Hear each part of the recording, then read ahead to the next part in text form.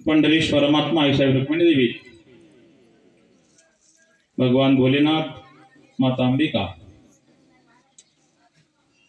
आदिशक्ती मुक्ताई, गुरुनाम गुरु सद्गुरु जोग महाराज, गजानन महाराज, भास्कर महाराज, गौरीशंकर महाराज, नरसिंह महाराज, गुरुवर्य संत श्री वासुदेवजी महाराज, आदिशक्ती मुक्ताई, त्याचप्रमाणे उपस्थित संपूर्ण टाळकरी, विनेकरी, मृदंगाचार्य, सन्मुख बसणारे संपूर्ण श्रोतवर्ग, माता भगिनी यांच्या चरणी विनम्र भाव व्यक्त करून रामभक्त हनुमंतराय ज्या ज्याप्रमाणे आपल्याला बुद्धी देतील त्या त्याप्रमाणे अभंगाचं चिंतन आपल्याला करायचं आहे। अभंगावर बोलण्यापूर्वी थोडा परिहार द्यायचा तो म्हणजे असा, सालाबाद प्रमाणे याही वर्षी सुद्धा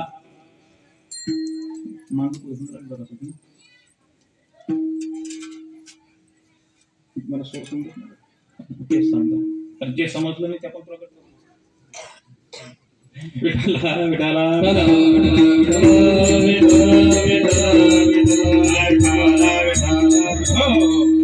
सालाबाद प्रमाणे याही वर्षी सुद्धा पवित्र असणाऱ्या आपल्या बोरगाव मंजुनाथ बाबाचं हे पदस्पर्शाने पुनीत झालेलं हे गाव आणि भगवान भोलेनाथ, भगवान पंढरीनाथ त्यांच्या वास्तव्याने पुनीत झालेली ही भूमी नगरी आणि या विठ्ठल रुक्मिणी संस्थान यांच्या भगवान भोलेनाथ महादेव संस्थान यांच्या पूर्ण कमिटीनुसार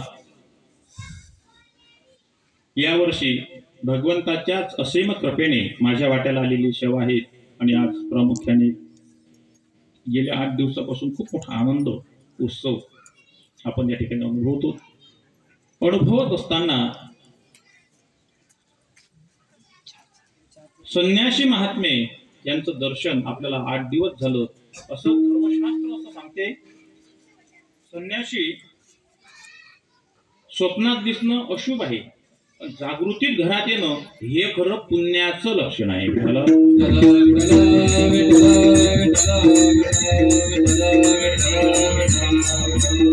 एकच नाही तर 3 संन्यासी महात्मे आपल्या 3 4 महात्मे या ठिकाणी कथेमध्ये आहेत। आमचे दुर्गा प्रसादजी महाराज असतील, रामकिशनजी महाराज असतील, परमपूजनीय लक्ष्मणदासजी महाराज असतील, यांच्या पावन चरण सानिध्यामध्ये गेल्या 8 दिवसापासून आपण शिव महापुराण या ग्रंथाचं चिंतन केलं आणि कथा करत असताना वारकरी संप्रदायाचा नियम आहे, 1 दिवसाचा इतका असला तरी, 7 दिवसाचा सप्ताह असला तरी, 1 महिन्याचा कार्यक्रम असला तरी, 4 महिन्याचा चतुर्मास असला तरी, नवे 12 महिन्याचा जरी कार्यक्रम केला तरी त्याची सांगता जी होते ती काल्याच्या कीर्तनाने।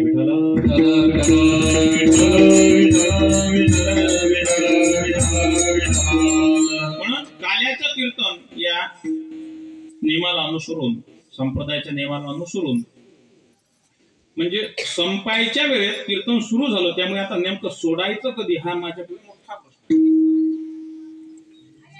बरेच लोक म्हणतात लोक कीर्तनात झोपतात, मी म्हणतो अजिबात लोक कीर्तनात झोपतच नसतात।